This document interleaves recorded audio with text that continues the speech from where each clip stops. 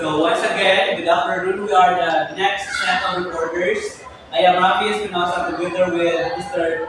Dino Sotasio, and we were tasked to report about Chapter 10, entitled The Principles and Strategy of Teaching and Designing the EIP, or the Individualized Education Program for learners with difficulty and walking and moving. So we'll be able to identify those programs designed for those students na may mga special needs when it comes to moving and walking.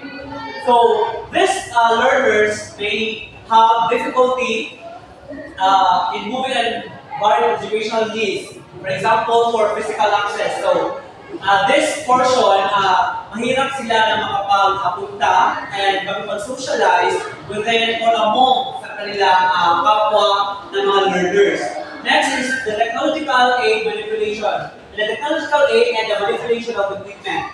This focuses or suggests that yung mga taong may kapansanan, may kahirapan sa paglalakad, sa sa paggalaw ay nagkakaroon ng limitasyon sa paggamit o sa pag-manipulate ng mga technology na ginagamit sa napapanahon na talakayan. And the next one is the classroom and school program participation. Of course, it is basic na kapag mayroong mga activity, for example, dito yung classroom ng mga may kapansanan at nahihirapan sa paglalakad. Tapos yung gaganapin na event is nasa kabilang buildings. So they are very challenged when it comes to transferring to in that particular area. Kasi nga, nahihirapan sila na pumunta doon. And that could affect their physical attributes and physical aspect na pumunta doon. The next one is the limited workstations. Why we can say that this educational needs can affect this? It's because sa limited workstations, nakatuon kasi kung saan lang ang pwede nilang galawan kasi nga nahihirapan silang kumilos, gumalaw sa malaking arena na kung saan is their physical body could not go beyond or sa susunod pa na sa next movement na kailang gagawin. And the proper sitting accommodations, of course, merong mga apektuhan dito. For example, may mga pilay, tapos dito sa kabila is merong hindi. So, maapektuhan ang pag-transfer ng mga may kapansanan sa mga nahihirapan sa paglalakad. And the last one is not meeting class schedules due to time travel. So, kagaya na kanina, yung sinabi ko na kapag mayroong activity sa ibang building gagalapit, tapos dito yung classroom ng may kapansanan, mahihirapan siya. And like sa ganito, mahirapan siya na mag-come up sa time because time consuming kasi ang kailangan travel. Like, without discrimination iba sa kanilang mga normal na people na magkakaroon ng enough na paglalakad, enough time. Pero sa kanila, they need to exert extra time para talaga makaabot sa eksaktong oras. So, these learners with difficulty walking and doing a variety of educational result, ito na yun. Ito na yung mga extra nilang pangangailangan. Kasi nga, kailangan nila ito for them to meet the requirement of the course they are enrolling, kung asa enroll. So, kailangan nila i-meet ang mga needs, ang mga special educational needs para makapag-gapon sila, maka-met gapon nila ang mga standard na ginahatag sa educational settings. Next is, the learners will get affected through. So, itong mga learners na nahihirapan sa paglalakad, nahihirapan sa paggalaw is meron mga balakid sa kanilang pagkatuto. Number one is the course requirement not suitable to their abilities. Anong ibig sabihin dito? The curriculum that is being used for the people without disabilities and the curriculum that is being used for the people having disabilities. Ito yung course requirement. So, makaka-apekto is because some institutions here in the Philippines is nagkakaroon ng inclusive. And sad to say na meron talagang mga students na hindi akma ang kanilang mga course requirements sa kanilang pangangailangan due sa kanilang physical disabilities. Next is the limited time to move between venues. So, ulit-ulit na lang kanina sa mga apektuhan din ng kanyang pagkatuto. Because of this, disabilities, the limited pathway space. So, like in our local settings dito sa ASCAP, di ba? As you can observe, meron tayong pathway for wheelchaired person. Wheelchaired, it could be faculty, students, and other stakeholders na baka use ang inanang pathway for them to go and to makapunta sa school and makauwi. So doon sila dadaan. At sa local settings sa ASCA, iba, mapapansin sa ating socio-cultural, merong portion doon na para hagdan na makakalaan yung wheelchair and mga crutches ng mga people. So, yan is for inclusivity. So, walang may kasanan, walang normal na people. ASCA is fostering and promoting inclusivity education. Next is the inaccessible ranks of lab and unsuitable desk for writing. So, kagaya dito, for example, merong left-handed, tapos yung kanyang kaliwa is, for example, merong left-handed dito, yung left-handed niya is, yung kaliwa kapilay o naputol. Tapos yung right hand niya is, yun yung may arm. Pero hindi yun ang kanyang akma na ginagamit sa pagsulat. So mahihirapan siya. So ano ang gagawin? Ang gagawin is magkakaroon ng alternative solutions for them to write and pwede magkaroon ng mga assistive technology, mga professionals na gagabay sa kanila on how to do their task as a student. So hindi magiging hadlang na kahit pilay, may kapansanan, is magkakaroon na or ma-end na ang iyong learning process. So hindi ganon. Next is the frequent absences due to hospitalization, of course. Kapag naglalakad, naghihirapan yung mga legs, mga ligaments, mga ugat ng ating katawan is naapektuhan din yan. Halimbawa yung pilay. So, ulit ang kanyang paggamit ng saklay, so magkakaroon ng mga fractured, it could be fractured, it could be bruises, so ulit-ulit. So, absent na naman sa klase kasi magkakaroon ng pagpunta o magpa-check up sa hospital. So, maapektuhan ng absences sa school. Next, the fewer opportunities to interact with classmates. Why? Of course, kanilang katawan ang puhunan. Sa bawat nag-aaral, katawan ang puhunan. So magkakaroon ng limited interactions with the classmates kasi hirapan sila maglakad. And let's try to differentiate the two, the accommodations and modifications.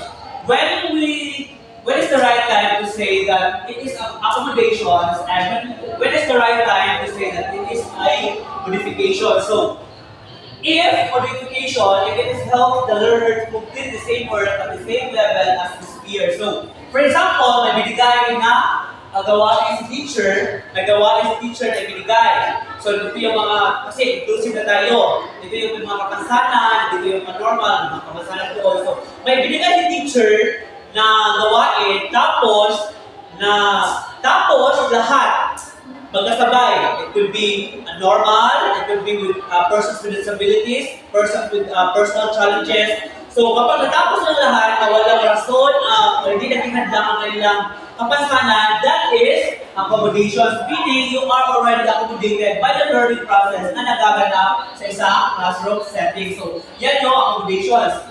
When these modifications happen, if changes the word or the word is completed at different level. So, kung kanina is lahat natapos, modifications naman, it modified, binago, para lang makasabay kayo. For example, dito yung may makapansanan at dito yung wala. So, ang gagawin ng may makapansanan is gumuhit lang. Samantalang dito is gumuhit, magsulat, at igulat pa. So, sa may kapansanan is binago ang kanila. Dapat ay gumuhit lang sila, hindi nila kailangan iulat sapagkat nahihirapan sa maglakad, mahihirapan sila. So, ganyan ang modifications. Binago ang gawain para merong magaganap na learning process. We didn't stop. However, meron lang binago na portion para sa mga persons with disabilities or with difficulty in walking and moving. So, naintindihan ang accommodations and modifications. So, ganoon ang kanyang ibahan. Next is the environmental modifications. Ito naman yung mga pagbabago na ginagawa sa isang classroom setting. So environmental is the settings where the learning process happens. So that is environmental. So di environmental na, ito talagang kapaligiran as a rule. So sa learning process na tayo mag-focus. These modifications are essential in making environment more accessible to learners with physical and health impairments. The following, okay, ito. Focus na tayo dito. Modifications are essential in making the environment more accessible to learners with physical and health impairments. Ano ibig sabihin nito? Ito yung mga pagkakaroon ng magbabago sa environmental settings where the learning process happens para magkaroon ng access ang students na mayroong difficulty sa walking and moving. For example, halimbawa dito sa ating classroom setting, kapag maliit yung pinto tapos hindi makadaan yung wheelchair, it could be an avenue na or a way na magkakaroon ng additional door or padaan ang door para makasulong si wheelchair. So, kanang pagbago sa bintana, that is an environmental modification. Binago ang normal na or standardizing the standard ng pintuan, sa size ng pintuan, para lang maka-access yung mga persons with difficulty in walking and moving. So, that is a basic example of the environmental modifications. Pero babaguhin sa isang classroom settings para magkaroon ng access yung mga tao na may difficulty sa walking and moving. So, the following are ways to make accessible learners with physical disabilities. Ito yung mga pamamaraan or mga paraan upang makasabay, maka-acquire pa rin ng learning ang mga people na ganito, na mayroong difficulty in walking and moving. First is how classes and more accessible building levels. Kaya nun. So, for example, pag si person na mayroong kapansanan, nahihirapan sa tulakan, hindi pwede na doon sa fourth floor yung first period niya, tapos second period na sa third floor naman, hindi pwede. So, kung saan lang yung akma, very conducive for learning, ka na ma-access na yung mga rules, so, pwede na doon siya ilagay o doon siya naka-standby. Next is the relocate activities to more spacious area. Okay, kagaya ng mas sabi pa rin na, spacious area is very important for those people na may nahihirapan sa paglalakad at sa paggalaw.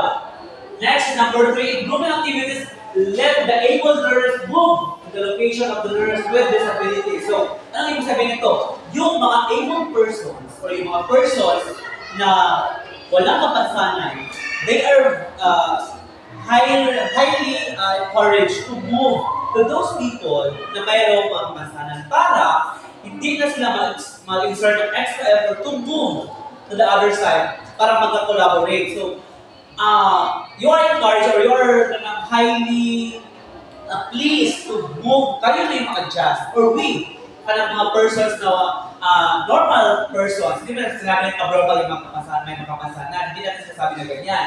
I mean, you are blessed enough that you are complete, you have the complete body parts, and then you are required at least to move and collaborate with those people na mayroong mga kapansanan, especially yung mga nahihirapan sa paglakad at paggalaw. Next is number 4, we have adjust desks, chairs, and tables appropriate to the height of learners that use wheelchairs. Of course, ang gaya sa pupuan dito, hindi pwede na mataas yung nasa harapan, ang mataas na yung pupuan, dapat nasa likuran is naka-wheelchair. Remember that the normal size and the standard size of wheelchair is mababa talaga yan siya.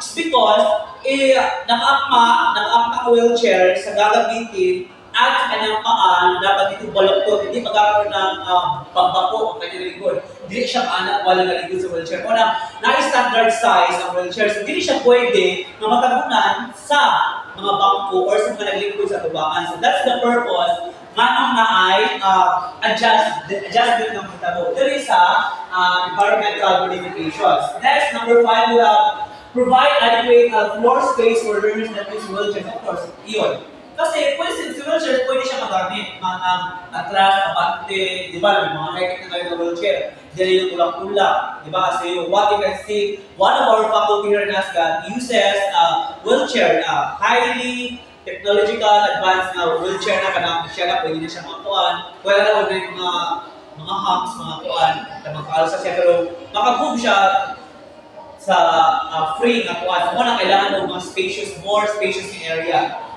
Next is the second to the last is to modify response requirements by allowing spoken instead of written ones or vice versa, of course. So instead na kailangan magsulat, may bawa, pilay yung kung student, ito lang talaga, walang paula, walang kamay. So instead of writing, his or her idea, let him talk. So kasi mas marami siyang pwede sabihin kasi may sulat, paano nga siya susulat? Paano siya punta ng pisara para magsulat na kaya sagot? Meron nga siyang kamay, wala naman siyang paa.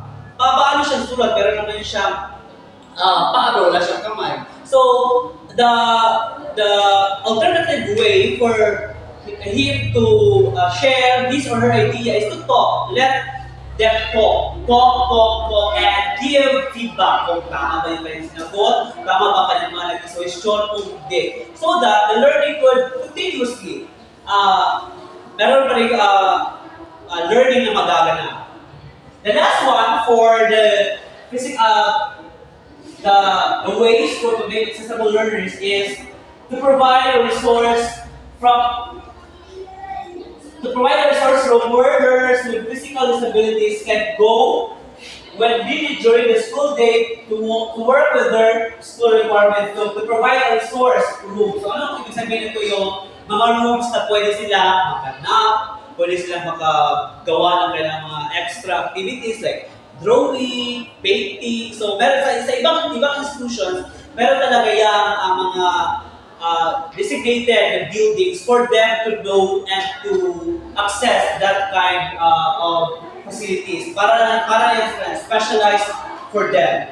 Okay, so that are the ways to make accessible learners with physical disabilities, specifically in moving and walking. So ito yung mga pamamaraan sa environmental. So once again, environmental modification is pagbabago sa classroom settings where the learning process happens. Okay, the last portion for my part, assigned to this, the health professionals. Of course, di ba dito meron tayong mga pamamaraan kung paano babaguhin ang isang classroom, isang facility, isang building for them to access the education and the learning process. So dito naman is may mga tao na designated for them to assess the learners with disabilities. One is the health professionals. So for a day, we have two. The first is the physical therapists and vocational therapists, or the PTs and OTs. So let's focus for the physical therapists. These physical therapists are the licensed professionals that use treatment techniques to help promote mobility, reduce pain, restore function, and prevent further disabilities of learners with difficulty walking and moving. So, ito yung mga taong gumagabay sa mga mag-aaral o learners with disabilities. So, for example, ito yung mga halimbawa ng mga physical therapists na sasabi, nag-guide, nag-assist sa mga learners na may mga kapansanan. So, example ito, it is a physical therapist guiding her students to walk patungo sa kanilang school. Ito naman is professional na mayroong kakayahan na mag-assist sa mga students na mayroong leg na may napapansanan. Next is the occupational therapist or the OTs. These are the professionals who determine the learners with both life and help them perform daily activities. Yung mga basic na ginagawa ng learners like pagsulat, kain, pag-toothbrush. So, yun yung mga occupational therapist. So, meron mga persons na pwede mag-assist or assistant person during that kanilang learning process na magaganap. So, meron na mga other specialists that give related services. Like example, speech language pathology. Ito, nahihirapan sa pagsalita ang bata, so tinutulungan niya. Ito naman is nahihirapan mag-move ng actual na magaganap, actual na gawain o gampanan ng pag-aaral. So, ina-assist ng mga health professionals. So we have adapted physical educators, recreation therapists, school nurses can be health professionals for the persons who have difficulties in walking and moving. We have also the prosthetics, yung mga persons who uses prosthetics and who provided prosthetics can be labeled to health professionals. We have orientation and mobility specialists, so yung mga taong gumagabay sa pagkakaroon ng mga special and serious communications and advices and recommendations. And of course, the last one is the counselors. Of course, the counseling process determined and give by or provided by the counselors, of course. So, ito yung mga tao na pwede, aside sa mga magulang, the parents, and the teachers as itself, meron pa mga taong nagagabay at ito yung sila yung mga health professionals. Sadly, meron lang talaga sila mga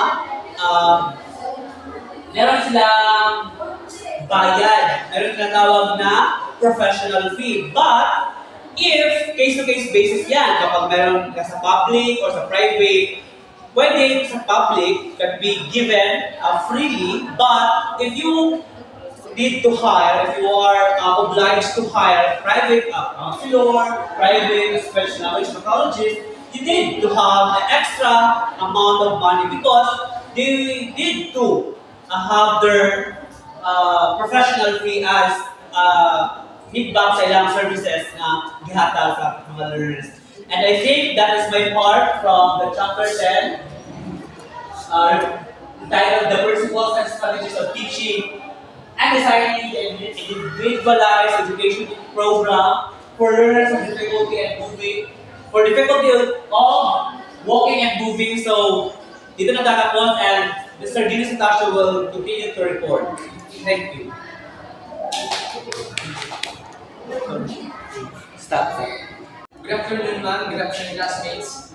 This is the continuation of the report by Mr. Ravi.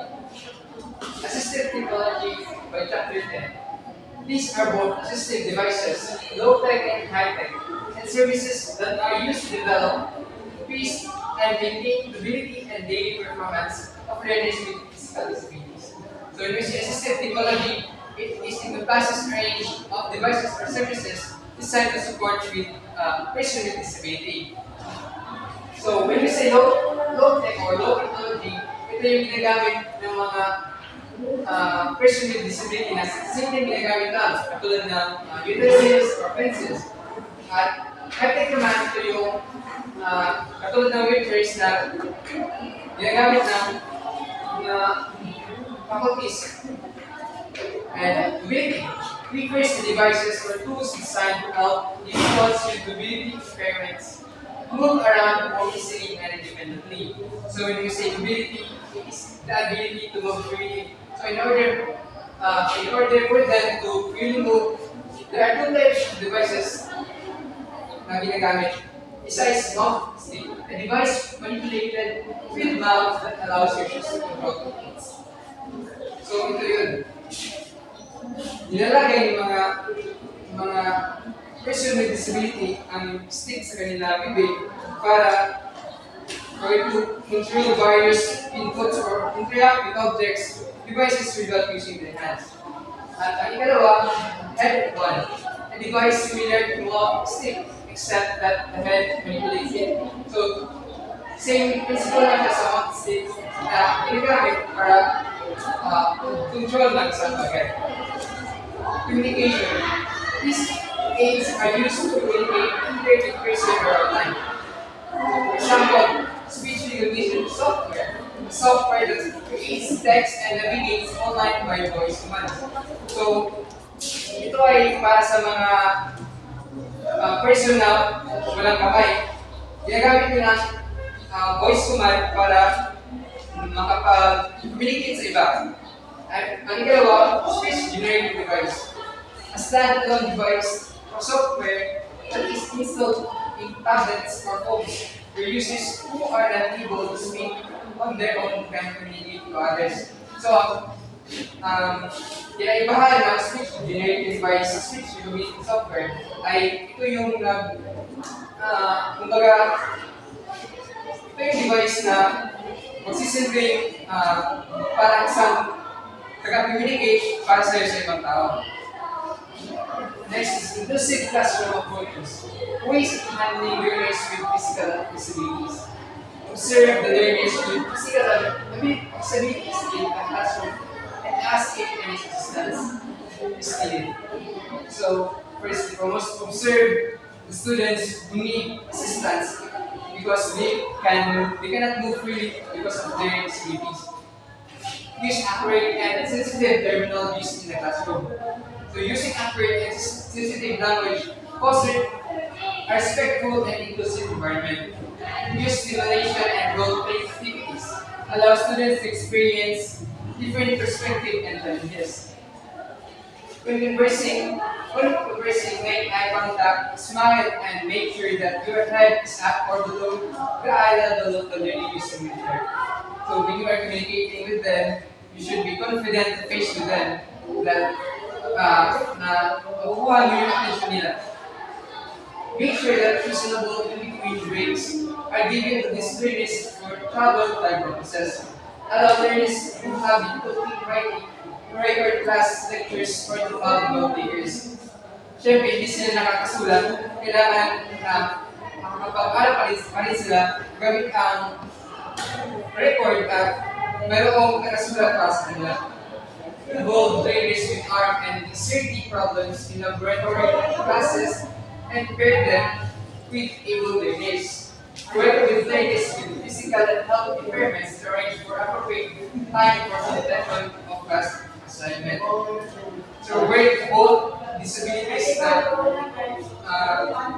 my physical and health impairment for you to focus that each individual para mabigyan ng assignment isa sa kanila para tulungan mo rin ang bawat isa.